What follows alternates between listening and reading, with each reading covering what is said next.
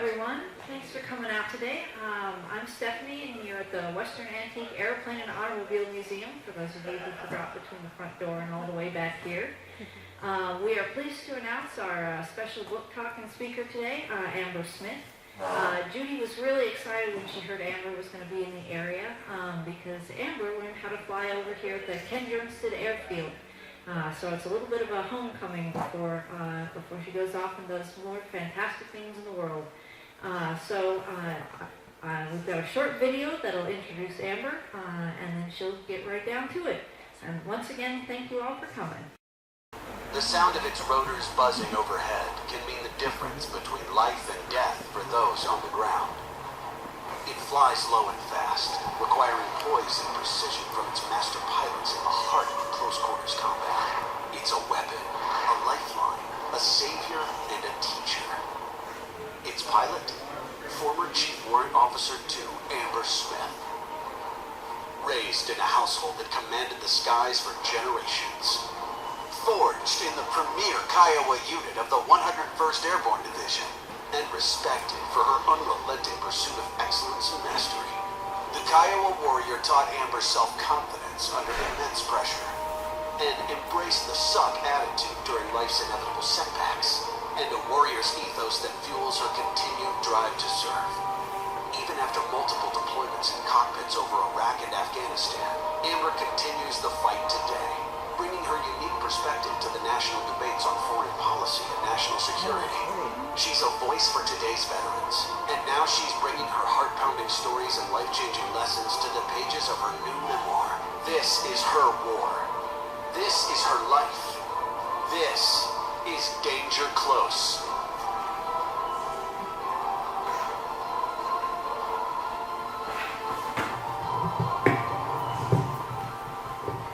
Hello everyone, thanks for coming out today. It's great to be back in my hometown area.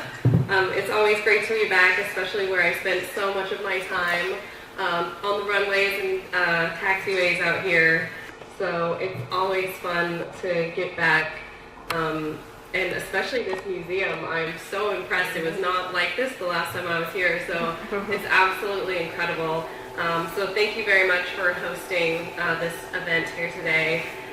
Danger Close, my book that was just published a couple weeks ago, it has been a work in progress for multiple years, and it really is the untold story of the Kiowa Warrior helicopter and how what a critical role it played in the post 9/11 wars in Iraq and Afghanistan, in 2 theaters of operation, and basically how we contributed to battlefield success every single day over there.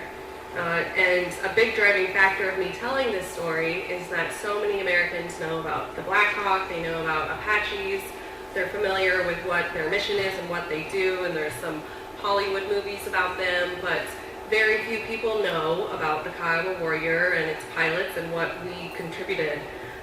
So getting to write the book and tell my individual story about what it was like to go to war as a young woman and fly this helicopter and everything that goes along with that.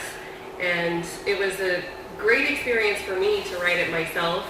And I really wanted to preserve my voice. I didn't want somebody else to write it for me and sort of tell my story. I wanted to be the one that was telling it. And so you always hear about the brotherhood or the sisterhood of people in the military, and it's so true. After I got out of the military, you know, you just go your separate ways with a lot of people that you served with for years.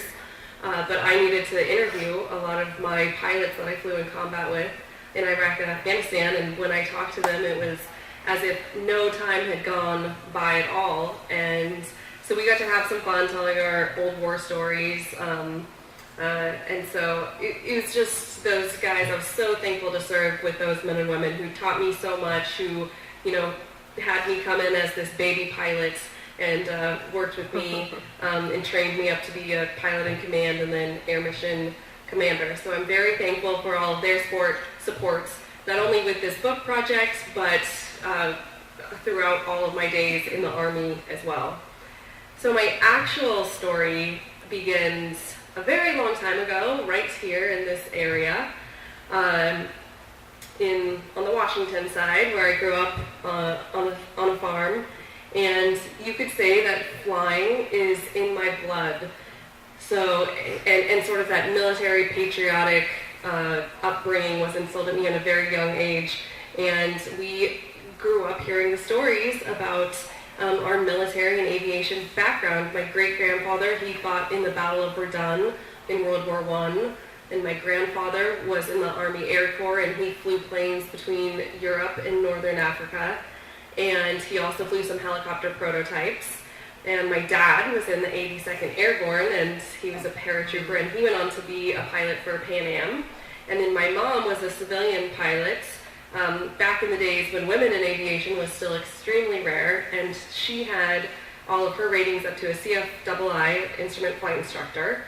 And so my sisters and I grew up just, flying the little planes off of my dad's airstrip and loving aviation and everything that went with it. We loved hearing these military stories from my dad, and we were just sort of in awe of it. And I think from a very early age, the three of us were very excited to sort of carry that lineage on to the next generation. So I think it's no surprise that with what we were sort of exposed to at a very early age, contributed to the fact that my parents ended up with 3 daughters that were all military pilots. But even back then, growing up, the military for me was something that I always thought would be really cool if someday I decided to sort of take the plunge and go into the military. But it was always off in the distance, off in the future, something I thought about. And so I took the standard route of going to college right out of high school. I went to the University of Washington in Seattle. And then something happened that changed my life forever. It changed the lives of so many Americans forever. And I was asleep in my little basement apartment in Seattle right next to the university, and I hear my roommate walking down the steps, and she's talking to someone, and it's way too early for her to be coming down and waking up a college student. And she says, "Amber, your mom's on the phone." And I get on the phone with my mom, and she sounded very different than I'd ever heard her over the phone before. And she's like, "Amber, get in front of a TV, we're under attack." And I got upstairs in time to get in front of a TV and see the events of 9/11 unfold. And so that right there changed my life forever, because I made a decision that I didn't want the military to be something I thought about anymore. I wanted to turn it into a reality, and I wanted to serve my country at a time where I felt that it needed me the most. And I thought that the best way that I could contribute was to become a pilot because of my background, my experiences, my passion for aviation. So I started to look into some flight programs, and I looked at the Navy, I looked at the Air Force, and I looked at the Marines, and they all told me the same thing. They're like, "Oh, you want to become a military pilot? That's great. Go finish your degree and then come talk to us." And I was to the point where I didn't want to. I was like, "I want to go right now. This is what I want to do." So my dad's like, "Amber, go talk to the Army." And me being the know-it-all 19-year-old kid, I was like, "No, the Army doesn't fly. What programs do they have?" And so needless to say, I was wrong, because I went and talked to the Army, and they had the program that was the most perfect fit for me. I could apply right then, and if I was accepted, then I could go straight into the training programs to become a pilot. The only catch was that I would become a helicopter pilot, not a fixed-wing pilot, which is what I had all of my experience in. And so I really wasn't sure about that. I had always heard my dad saying that helicopter pilots were crazy because they were flying a machine that had 10,000 working parts all working against each other. And so I kind of felt the same way. And I met them one weekend at an air show in Olympia, Washington. And when I got to the air show, there was this hand-painted sign propped up against the fence, and it said, "Helicopter rides, 20 minutes for $60. And so I was a broke college student at the time, but I begged my parents to let me go on this flight because I assumed, I was like, I need to go in one. It'll give me some clarity about what I want to do. So they agreed, and I went I went on the flight with this flight instructor in a Robinson R-22. It's a wind-up, little-looking toy helicopter. That was so much fun, and the instructor let me wiggle the sticks for a little bit. And when we landed and I got out of the helicopter, I had this massive grin on my face that I could not wipe off. And I knew right then and there that this was the program for me. I wanted to become a helicopter pilot, and I was ready to apply. And I still say to this day that that's the best $60 that my parents have ever spent on me. So soon thereafter, I took all the tests, I did all the interviews, and I ended up getting selected, and I joined the Army in January of 2003 when I went to basic training at Fort Jackson, South Carolina. And I did standard basic training, lots of ruck marches, lots of shooting, lots of navigating, lots of cleaning, lots of doing KP duty, and just having an overall experience in terms of becoming a soldier in the Army. From there, I went on to Warrant Officer Candidate School, which is at Fort Rucker, Alabama, which is home of Army Aviation. And you do a 6-week officer course, which is lots of studying and more on the academic side. You're taking lots of tests, and afterwards you become a warrant officer. From there, you then begin flight school. And the first part of flight school is primary school, essentially. And you learn to fly in a TH-67, which is sort of the equivalent of a Jet Ranger, sort of like a news helicopter that you will see flying over a traffic jam. And you learn how to fly just the basics, weather, instruments, navigation, auto rotations, just real basic helicopter flying. The next phase that you move on to is instruments, which was not my favorite at all. And after that, that's a couple months into the training, you then put your selection in for which helicopter you want to fly in the Army. And you have 4 choices. You have an Apache, you have a Chinook, a Black Hawk, and you have a Kiowa. And I was what the Army likes to call high school to flight school, meaning I came in from the street, no former military experience, where the majority of warrant officers that go on to be pilots, they're former enlisted, so they've already served some time in the military, and then they apply to become a pilot and go to flight school. So I was new, where a lot of these other people were new to flying, but they weren't new to the Army. And I didn't know very much about the flight program, so I didn't know very specifically. I knew what the missions were from a distance, you could say. I knew I didn't want to be a Chinook pilot. I knew I didn't want to be an Apache pilot, but I did like the Black Hawk and I did like the Kiowa. And I had talked to a couple infantry guys that loved the Kiowa, and so that sort of stuck with me. And they said when I was a ground guy, the Kiowas were amazing, and I came to flight school to be a Kiowa pilot.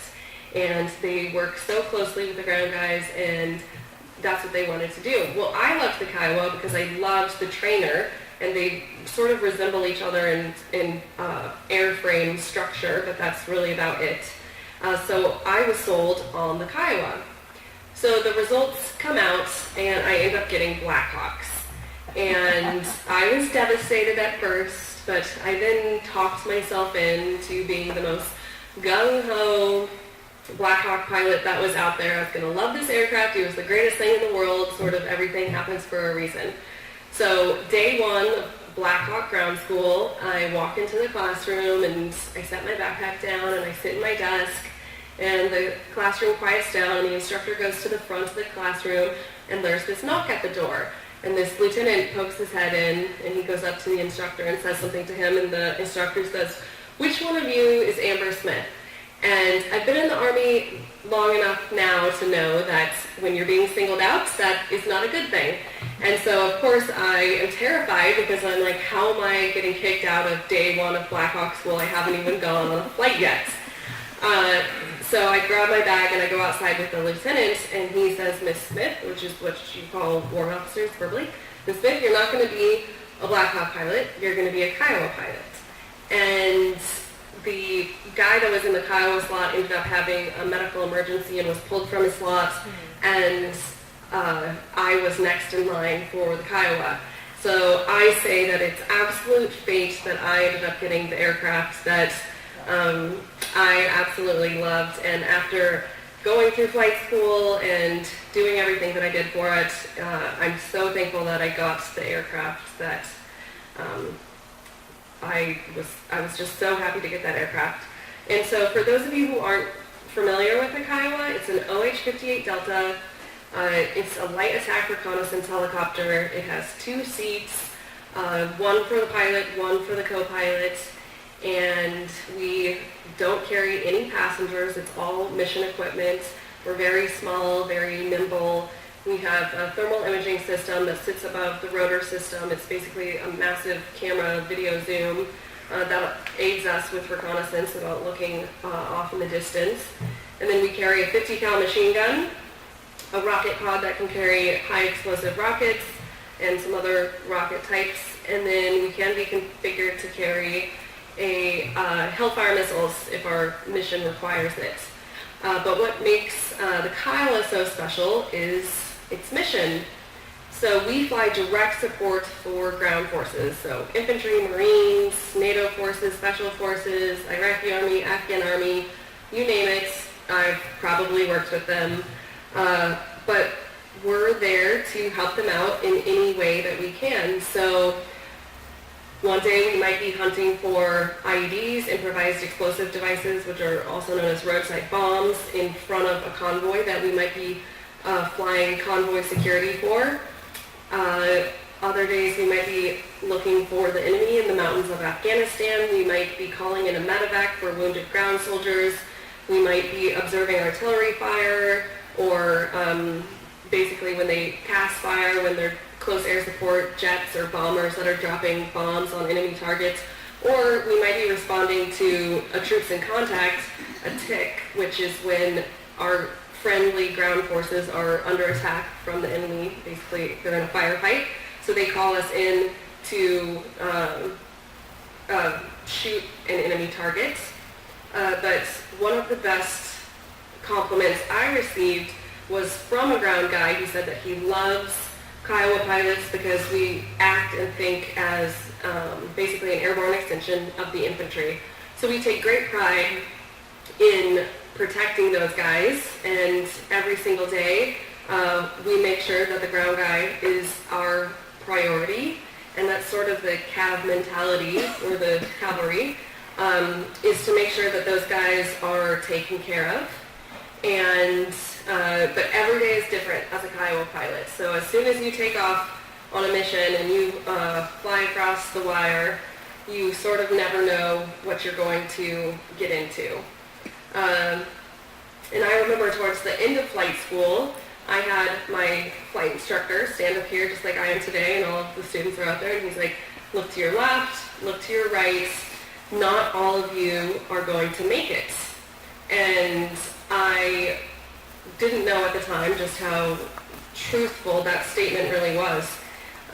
So soon after from graduating from flight school, I ended up getting selected to go to the 101st Airborne at Fort Campbell, Kentucky. It's about 45 minutes north of Nashville, home of the Screaming Eagles.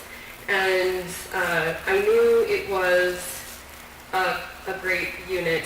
When I was sitting in my warrant officer basic course, we had, which is the final course before you actually graduate flight school, we had a CW4 who was at headquarters, and he was the guy that sort of made the post selection. So he assigned you where you were going after flight school. And he looks in our class of like 60 or something like that, and he says, which one of you guys are Kiowa pilots? And 6 of us raise our hands. And he goes, which of you guys are going to the 101st? Which was 217 CAV, was the CAV unit that was the Kiowa unit. And myself and one other guy raised our hands. And he kind of looks at me and he's like, you're going to 217 CAV? And I was like, yes, not exactly sure of what to make of that. And he was like, you're going to quite the prestigious unit. And in the early part, I graduated flight school in August of 2004. And the 101st had been a part of the mission in Mosul, Iraq, that basically took out Saddam's sons, who were number 2 and 3 on the CENTCOM most wanted list. So they sort of had this reputation army-wide once the Iraq war kicked off. But they have this long sort of legacy all the way back to Vietnam. So it was an honor to be a part of that unit, even though at first I had no idea why. But I learned quickly when I got to the unit, and I was still very young, still very new to the Army. I was 22 years old at this point, and I thought to myself, I made it through flight school, I made it through survival school, I made it through Dunker, all of the different courses up to this point. I was like, I'm so excited, I'm getting to my unit where it's going to be a 9-to-5 job and everybody treats each other the same and it's going to be like a cakewalk. And needless to say, I had my eyes opened very quickly of arriving at my unit. So flight school was definitely the easy parts. So when I got to my unit, it was immediately, I was drinking from a fire hose, and I realized the real learning in terms of being a Kiowa pilot and our mission began once I got to my unit. Flight school was to teach you solely the basics so you wouldn't kill yourself flying a helicopter. When I got to my unit, it was the real deal, learning how to fly an aircraft in combat. So thankfully I had some amazing flight instructors who gave me some excellent training. A lot of them had been to combat in Iraq during the invasion in 2003. So they all came back with some of their stories about how we needed to fly the Kiowa, sort of the tactics that we had to have down in terms of flying in desert operations and stuff like that. And one thing that I quickly learned was Kiowas fly extremely low level. So we're not, up at the nosebleed section. We're flying within eyesight of the enemy and well within range of enemy weapon systems. But in Iraq, we also flew, we flew a little bit differently in Iraq than we did in Afghanistan. We flew so low in Iraq that lots of Kiowas were basically crashed because of wires and towers and different sort of environmental hazards. So not only were we having to watch out for the enemy threat, there were a long list of other threats to our Kiowa. And when you're flying low and very fast, lots of those hazards can sneak up on you very, very quickly. So we arrived in Iraq in September of 2005. We actually arrived in Kuwait, and that was our staging area. And we sat there for about 3 weeks, and we did some environmental training where you learn how to do brownout landings and shooting in the desert and sort of all of the optical illusions that come with flying over the desert. And then 3 weeks later, our commander calls us all into this group huddle, and he's like, we're flying into Iraq tomorrow, which we were all very ready to do because we were ready to get out of Kuwait and stop doing this sort of hurry up and wait thing, which was the worst. And we ended up flying into Camp McKenzie, Iraq, which was this little, small, old Saddam air base where they had the concrete bunkers where they kept aircraft. And so we sort of took over that, but the runway was all messed up. So you couldn't land fixed wing or anything like that. It was just for helicopters taking off out of there. And there was a small contingent of infantry, and then the Jordanian army was there as well. And my first day actually flying in combat was on the referendum in October of 2005, and it was quite a wake-up call, because I always say that you can watch the movies, you can hear other people's stories, but you're never going to know what combat is really like until you go out there and you fly outside the wire and it happens to you, and then you have your own experiences. Luckily, the day of the referendum was expected to be a very, very bad day they expected that the enemy was going to be disrupting the polls and the polling sites, and they were going to attack some of the convoys that were carrying ballots and all of that. And actually, it was a relatively quiet day, but we also had lots of Kiowa teams in the air because of that threat. So that likely had something to do with it, but I had my first actual up-close and personal experience with combat I was flying on a night mission, and I was in the right seat, and we were flying at towards this little base called Bob Normandy. It's out towards the Iranian border. It's in the same AO as where the then leader of Al-Qaeda, Zarqawi, was killed in 2006. That was my AO that we flew in. Well, there's this area called the breadbasket, and I don't know exactly why it's called the breadbasket, but what it is it's an area of thick palm groves. So it's like this safe haven for the enemy, where they can maneuver and store stuff down on the ground, and then there's this luscious canopy at the top that we can't see through. But you knew that if you flew over the breadbasket, you were likely going to get shot at. So we always skirted around it and avoided it if we could. So we were flying right on the side of it, and we had been requested by the Bob Normandy ground guys. They had been taking lots of rocket and mortar fire, and they knew we were flying in the AO, so they said, can you come take a look at these point of origin sites where they think that the enemy was firing at them from? So our lead aircraft takes a look at something that they might be a weapons cache or this like small bunker, but they come in and take a look at it, and they're kind of uncertain, and a lot of times the Kiowa pilots do always want a second opinion, so they're like, hey, will you come take a look at this and see what it is? So they peel off and they pick up our outer security, and myself and my other pilot, we come in to take a look at what this might be. So we come in kind of low and slow, and it's pitch black, we're under goggles, we're blacked out, and suddenly there's this massive blinding flash of light under our aircraft, and our aircraft lurches forward in this, it was almost as if the helicopter stopped for a second and then jumped. And so that's a very unnatural, uncomfortable feeling to have in a helicopter.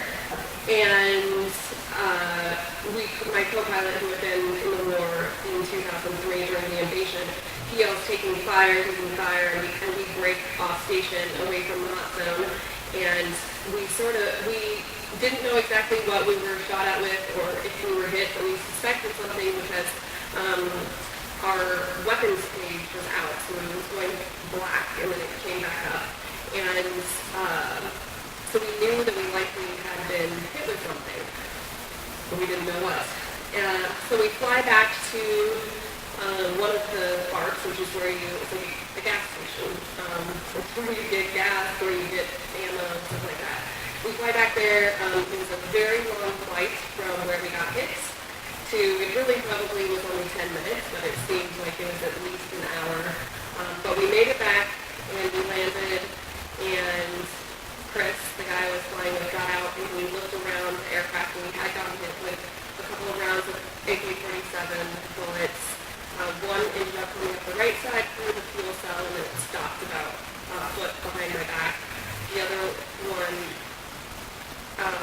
went into the aft electrical compartment, which is on the left side of the aircraft, where we store our flight bags and our helmet bags. We have, you put all your extra stuff in there, like an M4 magazine, M9 magazines, checklists, keyboards, and chem lights. So one of the bullets that went in hit a couple of the chem lights, and they exploded all over the back. So when we went in there and we looked at it, there was this bright green slime everywhere, and it looked like this alien had kind of exploded back there. But that was the first close call of many. That was my sort of welcome to Iraq story. We stayed in the lodge, which was the area that we were in, till April of 2006, when the Army moved us up to Kirkuk, which is sort of up north, a little bit east of Mosul. And I ended up taking my pilot in command ride that summer before we ended up coming home. and we came back the very end of August of 2006. And when we landed back at home at Fort Campbell, most people think you're going to get some downtime and some sort of relaxation, but we knew basically from wheels down in the U.S. that we were deploying again. So we sort of hit the ground running in terms of training, and there's all sorts of turnover where some of the senior guys move on to different units, and we have this mass influx of new pilots straight out of flight school. And so I found myself going from, going into Iraq as this new pilot that basically knew nothing, had zero combat experience, to coming home and suddenly being one of the pilots that was helping out with the new guys, because I was one of the group that had been to combat then at that point. So it was definitely a shift in terms of the role that I played within the troop. And then we had an intense, probably 15 months of training before we headed into Afghanistan. And we deployed in January of 2008. And we flew into Kyrgyzstan, which was the staging area. We get on a C-17. We fly into WAAAM, which is one of the massive big air bases. And we flew in the darkness of night, and we get out, and the sun is like, daylight is just breaking, and you look up in the sky, and you can see these massive, massive clouds, like in a circle basically around you. It was really, really pretty, but as the sun continues to rise, we realize that those are just massive mountaintops, which was so different from any type of flying that we had experienced within the deserts of Iraq. And so after we leave, we get our bags, we get on a bus that's taking us around the airfield to the transient center where we will be staying until we end up flying down to our new home of Jalalabad. And I'm sitting right near the front of the bus, and there's this specialist driving, and I'm just making small talk with him, and I say, when's the last time you guys got rocketed or mortared? Because that was a really big problem for us when we were in Iraq, especially in Balad. It was a daily occurrence, multiple times a day, where they used to get hit with something. And so I'm expecting him to say, like, oh, yesterday, a couple days ago, max. And so this is January. He's like, I think that we got rocketed in September. And so I was speechless for a second, but very happy, and I was like, this is going to be a great year. But it just goes to show you about how completely different the two wars were, and the enemies that we were fighting, and their tactics in terms of how they attacked us, where they were not as interested in attacking these sovereign areas. They were more interested in fighting in the remote areas, in the mountains where they were more experienced and seasoned fighters. So soon thereafter, we ended up flying to Jalalabad. Jalalabad's in eastern Afghanistan. It's home to Highway 1, which is one of the most rated one of the most dangerous highways in the world. It's the Tora Boras are to the south, the Pakistan borders to the east, and the north is the Kona River Valley, which is where lots of American soldiers have been awarded with the Medal of Honor, and where I spent a good part of my deployments. A lot of what we did, there's a big problem with drugs in Afghanistan in terms of opium and poppy fields and all that stuff. And so sometimes what we would do for reconnaissance is we would look for some of the different opium labs, and they also have something called these animal trains where they load the bricks, the opium bricks, and they put them on the animals and they walk them on the line into Pakistan. So on one reconnaissance mission, we were looking for that sort of down south by the Tora Boras on the Pakistan border. And we had been flying for hours, and our time clock was up, so we fly back to the base. And we land at the park, and the ammo guys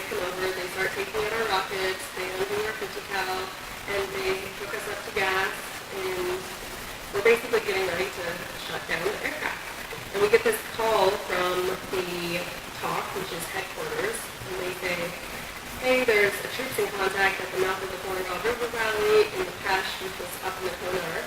And, there's U.S. casualties, they're still under attack by the enemy, their vehicles have hit some IEDs, and they need air support now. They're like, can you guys be ready? Even though we'd already flown our entire mission. And Sammy, the guy I was flying with, was like, Amber, are you ready? And I was like, yeah, let's go. So I tap my watch like this to the guys who are unloading us and let them know, like, rearm us now, we've got a tick to go to. And they are great. They instantly transform to us ending our mission to sort of like the speed of a NASCAR pit crew.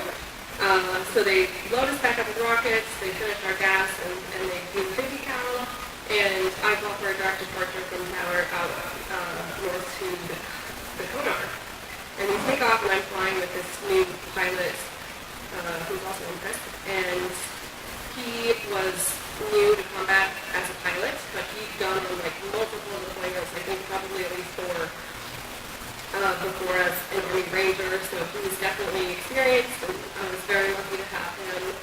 And so when we fly up the Konar and we turn left into the Pesh, and they give us a hold grid, so they say don't fly west of the 8-6 grid line, and because they're lobbing artillery rounds to the enemy targets. And so we listen, because as small little helicopters, we don't necessarily want to be competing with large rounds that are flying through the air in the mountainous region of Afghanistan. So they call us in, the ground guys call us in, and when we get on location, we immediately see where their vehicles are hit. We see the U.S. guys that they're marking on under NVG goggles, and they laze the target for us with a laser that we know is the under night vision goggles. And we set up an race car pattern, which is our gun pattern, is what we call it. And I go in, I say inbound hot, and I'm right on the target, and I press the trigger, and I have nothing. And I go recock to my co-pilot, and he recocks the gun. He's like, I'm doing it, press it again, and I've got nothing. So I brake left. Sammy, my trail, comes in and fires 50 cal and rockets on the target. And I still have my rocket pod, which is great. So we do a couple patterns, expend all of our rockets and ammo. And unfortunately, my gun was broken. It wasn't necessarily broken, but in the rush of us getting out to this troops in contact, we get our 50 cal loaded, but it doesn't make it into the chutes. So we have this entire full can of 50 cal ammo that's unusable because it's not in the chute. And then shortly thereafter, the medevac comes in and picks up some guys and takes them back. And I was also flying this aircraft that was fine to fly during the day, which is what our initial mission was. But as soon as it turns, as soon as it gets dark and you have to put your goggles on, the aircraft had this broad, awful one-to-one hop, which means every time it does a full rotation of the helicopter blades, one of the blades is just a tiny bit off of the rest of the blades. So you're sitting there like this, and when you have your goggles flying up and down, it just, it's not fun for very long. But that's what we did the entire mission when we switched to night and we got this troops in contact. That was very soon after arriving in Jalalabad, and so that was the introduction to Afghanistan for me.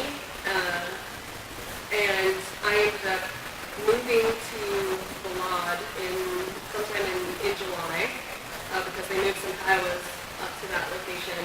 And my sister Kelly, who was the C-130 pilot in the Air National Guard, she was deployed to WAAAM there as well. So I actually got to see her, which was amazing. I always say when you see a family member when you're in combat, it's like taking a mental vacation, and it's so wonderful.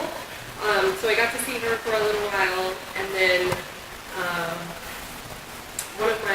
I got to close out my deployments, and technically my wars, because this was my last deployment when I was in Afghanistan. I was reversing out, and it's a pretty severe 180 reverse out, so they usually try to give you 2 nights off to make that switch.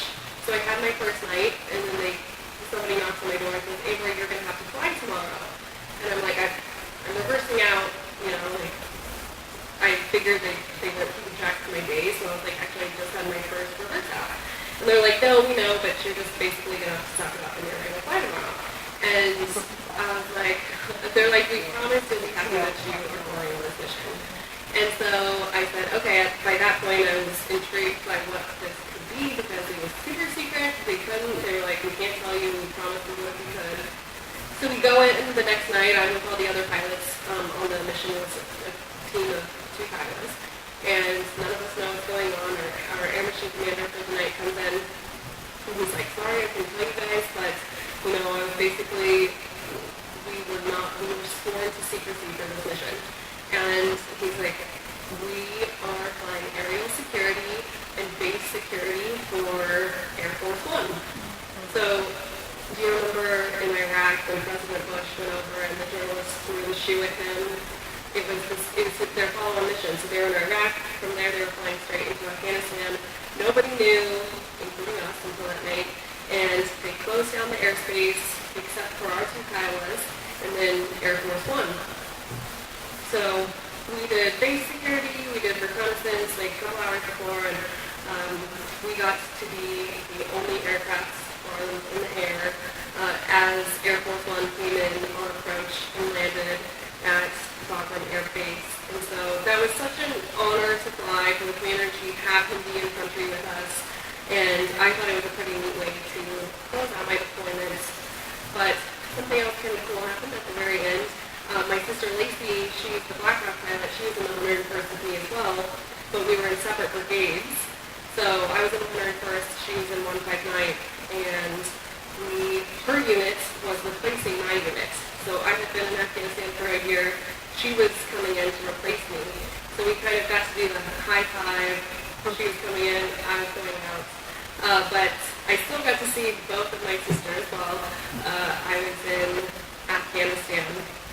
I ended up coming home after that year, and I had the decision to make, did I want to stay in the military, did I want to get out? It was the first time where my contract was up, so when I had signed to come in the military, it was the first time that I could make the decision to get out if I wanted to, and I been in the military most of my adult life. I joined the military to serve my country and to be a pilot, and I felt like I had done everything that I sought out to do in the military, and I was sort of intrigued by what this whole civilian life was. And so I decided to get out. I made the decision to get out, and from there I went to grad school, and a few years later I thought about writing this book, and the Army actually made the decision to get rid of the Kiowa airframe, and I wanted to let people know what we did and what we did in 2 separate wars, and so I decided to tell my own individual story that can hopefully allow people who don't have that connection to the military, don't have that connection to aviation, but really can feel like they sat in the cockpit of a Kiowa and got to fly in a couple different wars. And so that is my story of the ancient books that I ended up writing, and it was published a couple weeks ago. Cool. Thank you.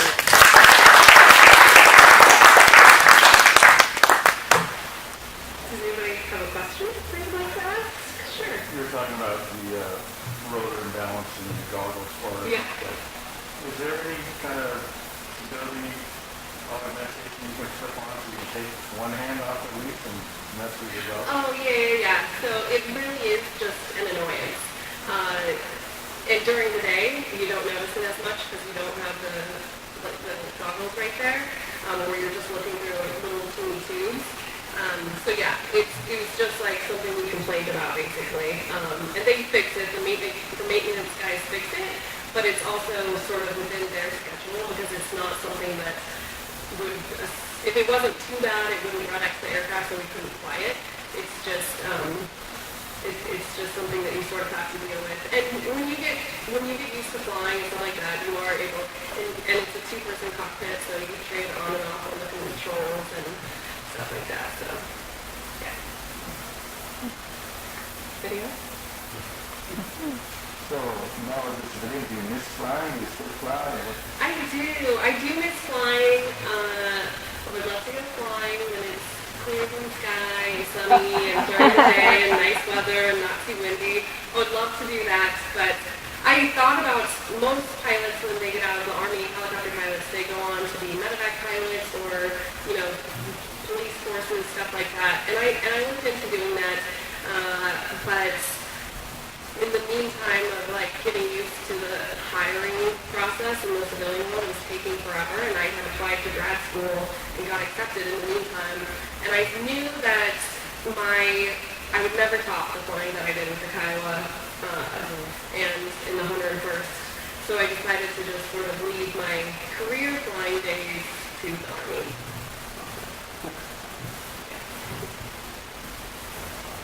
Anybody else? Thank you for coming. Yeah. My husband went to helicopter school at Fort Walter, and while he was waiting, he got his fixed wing. But when he got ready to hover, he could not hover. So they sent him to officers training school at Fort Knox, and then Fort Eustis, Virginia. Hovering is something that takes a minute to figure out. Well, he got examined by a brain surgeon, and he said it was from his birth. So it was very interesting. I'm just curious, you probably, being a female, there were not very many of you when you were in Iraq and those places. What was that like, I mean, as far as barracks and tents and that kind of stuff? So when I got to my unit in 2004, what we were called is the light attack reconnaissance community, the cavalry Apache community is known as the attack community. So in both of our communities, it was still pretty rare to have women back then. And when I got to my unit, there was one other female pilot there, and she was amazing and incredible, and I definitely looked up to her and started to be like her because I was years behind her. But it was sort of all I ever knew, I guess you could say, in my Army experience. And I quickly learned that if I wanted to be part of the team, if I wanted to be accepted, that the fastest and best way for me to do that is to work really, really hard and to become a good pilot. And they paid attention, and when they all got their time flying with me, and they saw it with their own eyes when I was there to do the exact same job that they were, they all respected me for it. And so, Yeah, great. yeah. Yeah. Where can we get a copy of your book? Do you have copies here? I think we sold out of our last copies here. Oh. Well, you can order them on Amazon or Barnes & Noble or any in the bookstore, any retailer should have them. Yeah. So if I buy the book, will you sign it? Sure. I'm going to have on my website, it's not up yet, but you can actually should be able to order them directly from my website if you want a signed copy. Oh, okay. And then it will ship out to you. Great, all right. Now, what are you doing now? Quick start a book. And I'm talking about it. Yeah. I do a lot of national security and foreign policy commentary on TV. I write some analysis in different publications, and I am sort of speaking the rest of this fall and busy September, October, November with that. And I live in the DC area, and I do some consulting out there. Thanks again. Thank you. Thank you.